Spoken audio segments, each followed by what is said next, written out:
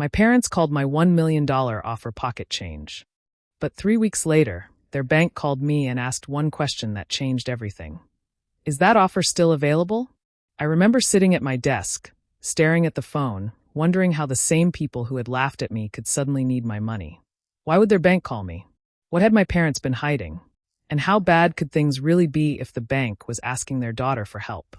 The truth was, my parents had spent years telling me I wasn't successful enough to understand their business. They trusted my younger brother with everything and treated me like an outsider.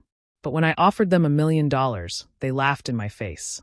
They called it pocket change. They had no idea what I already knew. And they certainly had no idea what was about to happen to their company. The question that stayed with me after that phone call was simple. Why had my parents' bank called me? To understand that, you have to understand why I made that $1 million offer in the first place. And more importantly, you have to understand my family. My name is Avery Cole, and for most of my adult life, I learned not to expect much recognition from my parents. Not because I wasn't successful, not because I was irresponsible, and certainly not because I didn't care about my family. It was simply because, in my parents' eyes, there was always someone more impressive standing next to me. My younger brother, Ryan. Ryan could walk into my parents' house wearing an expensive watch he hadn't paid for himself, and my father would smile like he'd just arrived from Wall Street. I could walk in with a promotion, a new investment, or an important accomplishment, and my mother would usually find a way to turn it into a warning. That's nice, Avery. Just don't get carried away. That was her favorite phrase. Don't get carried away. When I bought my first investment property, my father told me I was taking an unnecessary risk. When I started building a portfolio of commercial investments, he called it playing with numbers. And whenever Ryan made a questionable business decision, Dad called it ambition. That difference taught me something early. My parents weren't necessarily judging what we did. They were judging who did it. And Ryan could do almost anything and still be their golden boy. I stopped fighting that battle years ago. Instead, I concentrated on building something they couldn't take away from me. I worked in finance for years, and I became very comfortable with numbers most people found intimidating.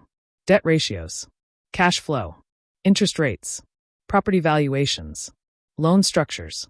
I learned to look at a business differently from the way my parents did. They looked at buildings. I looked at the money underneath them. And that difference became important when my parents' company started having problems. Their business was called Cole Commercial Holdings. My grandfather had started it with 2 small properties decades earlier. Over the years, my father expanded it into several commercial buildings around the city. From the outside, it looked successful. There were polished offices, tenants with recognizable names, a company sign with our family name on it. My father loved that sign. He would stand beneath it during family events and tell people how he'd built everything himself. But I knew appearances could be deceiving. I'd seen businesses that looked wealthy from the outside while quietly drowning in debt. And one afternoon, I noticed something about one of my father's properties that bothered me. The building was valuable, very valuable, but the financing attached to it was becoming increasingly aggressive. I didn't accuse my father of anything. Instead, I started looking more closely. I reviewed public property records. I studied comparable sales. I looked at market rents. I estimated renovation costs. Then I started putting the numbers together. The property itself was healthy. The problem wasn't the building. The problem was what my parents had borrowed against it. They had expanded too quickly. They had taken on debt to finance other projects. And some of those projects weren't producing the returns my father had expected. I remember sitting at my kitchen table late one night with a calculator beside me, staring at the numbers. For the first time, I wasn't looking at my parents' company as a family business. I was looking at it as an investment opportunity. And I realized something that surprised even me. I could potentially help them. Not with advice. Not with a lecture. With actual money. I had enough capital to make a serious offer. So I spent several weeks preparing it. I spoke with professionals. I ran the numbers again and again. I considered the risks. And eventually, I settled on a number. $1 million. It wasn't an emotional number. It wasn't something I pulled out of thin air. It was what I believed I could invest while still protecting myself financially. More importantly, I believed it could give my parents breathing room. I wasn't trying to take their family name away from them. I wasn't trying to embarrass my father. I actually thought I was giving him a chance to protect what he'd spent decades building. That might sound strange after everything that happened. But at the time, I still wanted my parents to succeed. I still wanted them to be proud of me. Maybe some part of me was still that little girl waiting for her father to say, "You did well." So one Saturday afternoon, I drove to their house with the proposal in a folder. Dad was sitting in his favorite chair. Ryan was stretched across the sofa. Mom was in the kitchen making coffee. I waited until everyone was together. Then I placed the folder on the dining table. Dad looked at it. "What is this?" "A business proposal." Ryan laughed immediately. I hadn't even opened my mouth again. Dad picked up the folder and flipped through the first few pages. His expression changed. Not to concern. Not to curiosity. To amusement. "How much?" $1 million. For a few seconds, nobody said anything. Then my father laughed. Not a nervous laugh. A real laugh. Ryan started laughing too. My mother looked at me with an expression I still remember clearly. Almost pity. Dad leaned back in his chair. "Avery," he said, "do you seriously think $1 million is enough to buy into this company?" "I think it's enough to help stabilize it." "Stabilize it?" He looked at Ryan. "Did you hear that?" Ryan grinned. "She thinks she's here to save Dad's business." My face felt warm, but I kept my voice steady. "I've reviewed the numbers." Dad's smile disappeared. "You've reviewed the numbers?" "Yes." He closed the folder. "You don't understand this business." That sentence hurt more than I expected. Not because it was true, because I'd spent years learning exactly the things he claimed I didn't understand. I tried one more time. "Dad, I'm not asking you to accept charity. I'm making an investment." He pushed the folder across the table toward me. $1 million is pocket change compared to what this company is worth. I looked at him, then at my mother. She nodded. "He's right, Avery." Ryan leaned forward. "You should save your money. Maybe buy another little property somewhere." That word stayed with me. Little. My properties were little. My investments were little. My accomplishments were little. Apparently, everything I built became small the moment it came from me. I could have argued. I could have shown them my calculations. I could have explained exactly what I had discovered. But something inside me finally became quiet. I realized I wasn't sitting at that table negotiating with business people. I was sitting with my parents. And they had already decided that anything I offered couldn't possibly be valuable. So I closed the folder. I stood up. Dad looked almost relieved. "Good. I'm glad you understand." I looked at him for a long moment. "I understand more than you think." He frowned. I picked up my folder. Then I said something I hadn't planned to say. "If you ever change your mind, don't call me because you're offended. Call me because you need the deal." Ryan laughed again. Dad shook his head. "That's not going to happen." I walked out. I didn't slam the door. I didn't cry. I didn't make a dramatic speech in the driveway. I simply got into my car and drove home. For the first time in years, I stopped asking myself how I could make my parents proud. Instead, I asked a much harder question. What if they were never going to see my value until they had no choice? At the time, I didn't know the answer. I thought I'd simply made an offer and lost. I thought that was the end of it. I was wrong. Because 3 weeks later, while I was sitting quietly at my desk, my phone rang. And when I answered, the voice on the other end belonged to the bank financing my parents' company. The banker didn't waste time with small talk. He asked me whether my $1 million offer was still available. And suddenly, my father's words came rushing back. Pocket change. Only this time, nobody was laughing. For the first few seconds, I couldn't even answer him. I just sat there with the phone against my ear, staring at the spreadsheet on my computer. The same offer my father had laughed at. The same $1 million he had called pocket change. Now his bank was asking me if it was still available. I finally said, "Why are you asking me this?" There was a pause. Then the banker lowered his voice. "Because your parents' company has a serious liquidity problem." My stomach tightened. I already suspected they were struggling. But hearing it from the bank was different. How serious? Serious enough that we need to discuss the secured assets and the possibility of a default. I leaned back in my chair. For several seconds, I couldn't say anything. Default. That wasn't a word my father used. My father used words like expansion, opportunity, growth, and temporary setback. He never used words that sounded like failure. I asked the banker what exactly had happened. He explained that several of the company's loans were approaching important deadlines. Some financial requirements hadn't been met, and the company didn't have enough available cash to cover everything. Then he said something that made my heart sink. The property you made the offer on is one of the strongest assets in the portfolio. I closed my eyes. So that was it. The building wasn't the problem. The company around it was. My father had borrowed against valuable properties to keep other parts of the business alive. And now the debt was catching up with him. I asked the banker whether my parents knew how serious the situation was. They've been notified. That answer told me enough. They knew. They had known. And they had still sat across from me and laughed. I ended the call and stayed at my desk for a long time. I could have been angry. Part of me was. But underneath the anger was something else. Disappointment. Because I remembered why I'd made that offer. I hadn't wanted to embarrass my father. I hadn't wanted to take his company away. I had genuinely wanted to help. And he had looked me directly in the eyes and called my help pocket change. Now the bank was telling me that same amount could have been the difference between restructuring and collapse. I opened the financial documents I'd prepared weeks earlier. Then I started checking everything again. This time, I wasn't looking at the business as a daughter. I was looking at it as an investor.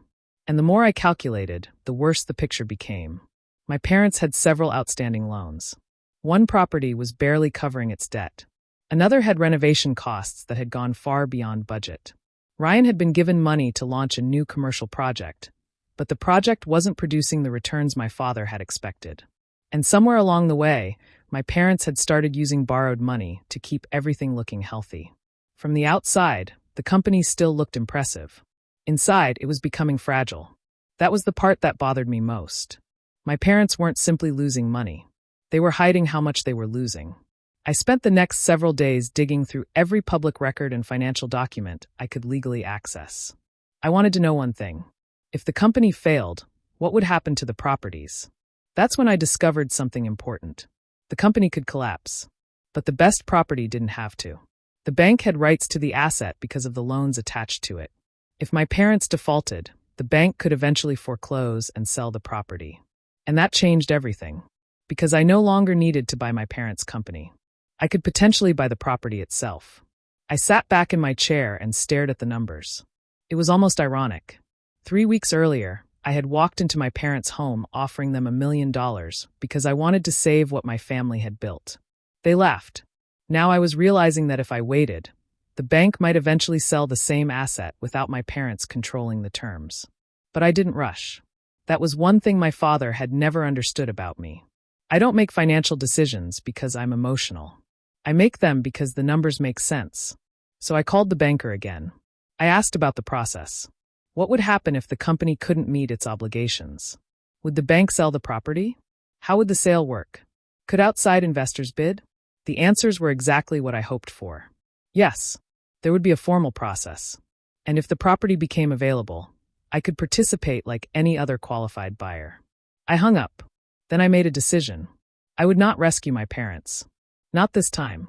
If they wanted to save their company, they could find another solution. I had already offered them one. They had rejected it. But I also wasn't going to sabotage them.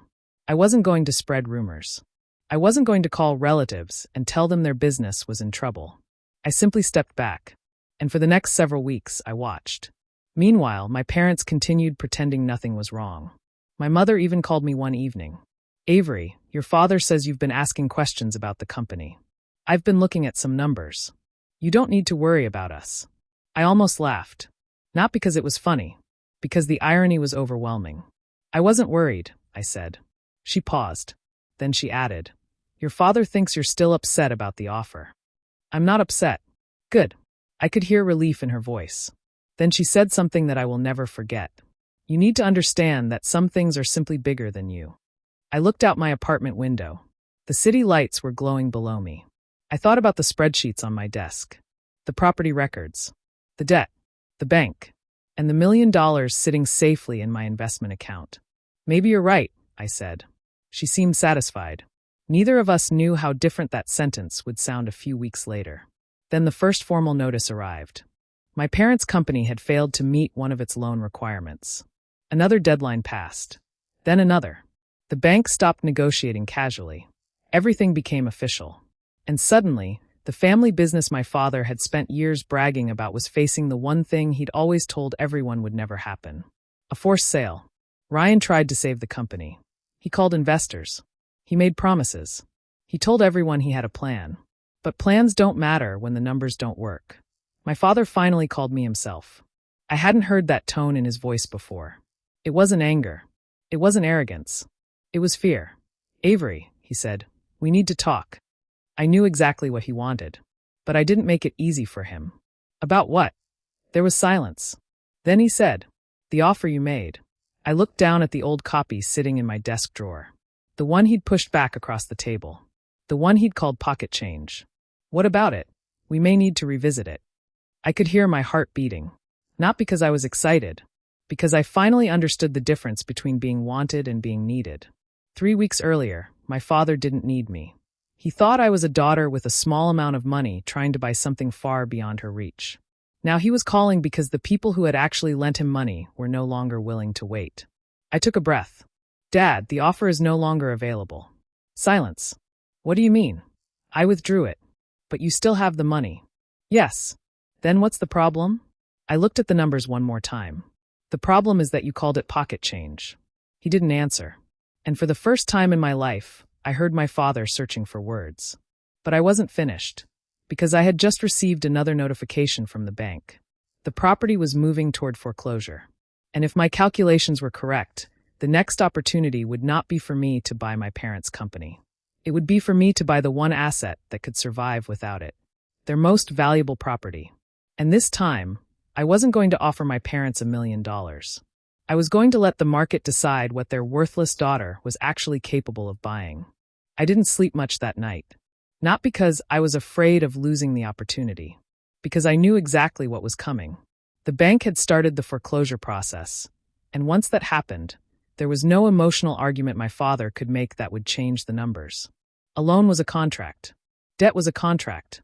And unlike family, contracts didn't care who was disappointed. The next morning, I called the banker again. "I want to participate in the sale." There was a pause. "Are you certain?" "I am. You understand that once the property enters the process, your parents won't control who buys it." "I understand. And you understand there may be other investors." "I do." The banker hesitated. Then he said, "All right. I'll have the necessary information sent to your attorney." I hung up and stared at my phone. For years, my parents had told me that I didn't understand business. Now I was about to make the biggest business decision of my life. But this time, I wasn't trying to impress them. I wasn't trying to prove anything. I was simply protecting my own future. Over the next few weeks, everything happened quickly. My father's company received the formal notices. Then the property was scheduled for sale. I didn't tell my parents I intended to bid. There was no reason to. They had already rejected my offer. And more importantly, the property was no longer theirs to sell. It belonged to the financial process they had created. My father still tried to find another solution. He contacted investors. He asked former business partners for help. He even approached Ryan about putting more money into the company. Ryan didn't have it. For the first time, the golden son couldn't save the family. And I didn't feel happy about that. I know that may sound strange. After everything they'd said to me, you might expect me to celebrate. But when you grow up with people, even people who hurt you, you don't suddenly stop caring because they disappointed you. I wanted them to learn. I didn't want them destroyed. There is a difference. The auction day arrived on a cold Tuesday morning. I remember walking into the building where the bidding was being held. There were several investors in the room. Some were older men with expensive suits. Some were representatives from investment firms. Others were local developers. I sat quietly near the back. Nobody knew who I was. Nobody needed to. The property opened for bidding. The first few offers came quickly. Then the numbers started climbing. I stayed quiet. I had calculated my maximum bid before I walked through the door. I wasn't going to let emotion change it. One investor dropped out. Then another. Eventually, there were only 2 serious bidders left. Me and a development group I'd never heard of. The price climbed again. I raised my paddle. They raised theirs. I raised mine again. Then the room became quiet. The other bidder hesitated. Finally, they stopped. The auctioneer looked around the room. Going once. My heart was beating hard. Going twice. Then the final words came. Sold. I lowered my paddle. I had just purchased the property. For approximately $1.2 million. I sat there for a moment, letting that number sink in. It was almost unbelievable. 3 months earlier, I had offered my parents $1 million for an opportunity to help stabilize their business. My father had laughed. He had called it pocket change. Now I had spent roughly the same amount of money and acquired the very asset he had once insisted was worth far more. But there was an enormous difference. The money wasn't going into my parents' company. I wasn't assuming their debt. I wasn't buying their mistakes. I was buying a valuable property through a legitimate process. And that distinction mattered. I walked outside afterward and called my attorney. "It's done." She smiled through the phone. "Congratulations." I looked back at the building. "Thank you." I didn't know it yet, but my father already knew. The bank had informed him that the property had been sold. What he didn't know was the identity of the buyer. That lasted about 2 days. Then my father called me. I almost didn't answer. But I did. "Avery." His voice sounded different. "What happened?" "What do you mean?" "The property." I remained silent. "The bank sold it," he continued. "I know. Do you know who bought it?" I looked out the window of my office. "Yes." "Who?" I took a breath. "I did." There was complete silence. For several seconds, I wondered if the call had dropped. Then I heard him breathe.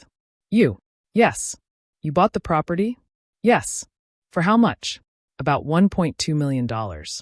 My father didn't speak. Then he finally said, "You planned this." "No." His voice became angry. "You waited for us to fail." "I waited for the legal process to begin." "You knew." "I knew your company was struggling because your bank told me. You could have helped us." I closed my eyes. That sentence hurt, because it was exactly what I had tried to do.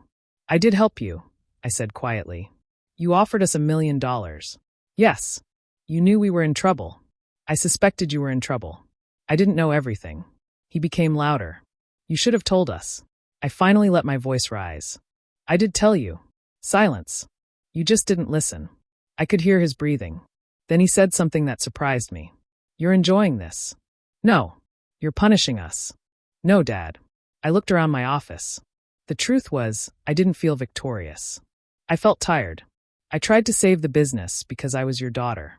You rejected me because you thought my money was too small and my judgment was too weak. Now you're angry because I acted like an investor instead of a daughter." He didn't answer. I continued. "You called my $1 million pocket change." My father's voice became quieter. "I didn't mean it like that." "Yes, you did." Another silence. Then he asked, "Can we get the property back?" I almost felt sorry for him. "No." "Avery, please." "No. You're my daughter. And you're my father." I paused. "But that doesn't change a contract." That was the first time I realized I had finally learned something from him. He had spent years teaching me that business was business. Now I was simply applying his lesson. A few days later, my mother came to see me. She arrived alone. She looked tired. Nothing like the confident woman who had told me my $1 million was too small. She sat across from me and placed her purse on the floor. "I wish you had told us." "I tried." She shook her head. "No. I wish we had listened." That sentence caught me off guard. For years, I'd imagined what it would feel like to hear my mother admit she was wrong. I thought I'd feel satisfaction. Instead, I felt something much more complicated. Sadness. Because the apology had come after the damage was already done. "I didn't want this," I told her. She looked at me. "You didn't?" "No." I explained that my original plan had been to inject money into the company, restructure the debt, stabilize the strongest assets, and give them time to recover. I wanted to save what Grandpa built. My mother lowered her eyes. "And now?" "Now I own the property." She nodded slowly. Then she asked the question I knew was coming. "Will you help us?" I could have said no. Part of me wanted to. But I thought about my grandfather. I thought about why I had made the original offer. And I realized something. Helping them didn't mean giving them my property. It didn't mean handing them money. And it certainly didn't mean allowing them to control my life again. So I offered them something different. "I'll give you a lease." My mother looked up. "You'll let us operate from the property? Under normal commercial terms. You'll pay rent. You'll have the same obligations any other tenant would have." She stared at me. "You'd do that?" "Yes." "Why?" I thought about it. "Because I don't want to become the person you thought I was." She didn't understand. I explained. "You thought I was selfish because I wanted to buy the company. You thought I was arrogant because I believed I could succeed. You were wrong. But I don't want to prove that by becoming cruel." My mother started crying. I didn't move. I didn't hug her immediately. There were too many years between us for one apology to erase everything. But eventually, I reached across the table and held her hand. It was the first time we'd really connected in years. The property itself became my biggest investment. I renovated the building. I brought in better tenants. I improved the offices. I added retail space. I invested in the surrounding area. Within a year, the property's value had increased dramatically. And more importantly, it became the foundation of my own development company. The same building my father once believed was proof of his success became proof of mine. Ryan had to start over too. Without Dad's company funding his lifestyle, he couldn't continue pretending he was a businessman. He got a regular job. At first, he hated it. Then something unexpected happened. He started taking responsibility for himself. Months later, he called me. Not asking for money. Not asking for a position. Just asking if we could talk. We met for coffee. Ryan looked different. Less confident. But more mature. I was jealous of you, he admitted. I didn't expect that. You always looked like you had everything figured out. I smiled. I didn't. I know that now. He looked down at his coffee. Dad made me believe I was better than you. I didn't blame him. He made me believe it too, I said. We both laughed quietly. It wasn't a perfect reconciliation. It wasn't some magical family reunion. But it was honest. And honesty was something our family had been missing for a very long time. Several months later, I stood outside the renovated property during its reopening. The old sign bearing my father's company name had been removed. In its place was a new sign. Cole Development Group. My father stood beside me. He stared at the building for a long time. Then he said quietly, "You really could have bought it for $1 million. I looked at him. I tried. He nodded. Neither of us said anything for a while. Then my father smiled sadly. I should have listened. I looked at the building, at the people walking inside, at the future I had built from the opportunity they had dismissed. And for the first time, I didn't need him to tell me I had done well. Because I already knew. My parents taught me a lesson they never intended to teach. Sometimes the people who call your dream pocket change are the same people who later come asking for help. But I learned something more important. I didn't need revenge when my success could speak for itself. I didn't destroy my family. I simply stopped allowing them to decide my worth. That $1 million offer they laughed at became the foundation of everything I built afterward. If this story reminded you that your value isn't determined by someone else's opinion, stay with me. Subscribe for more stories where underestimated people finally take their power back.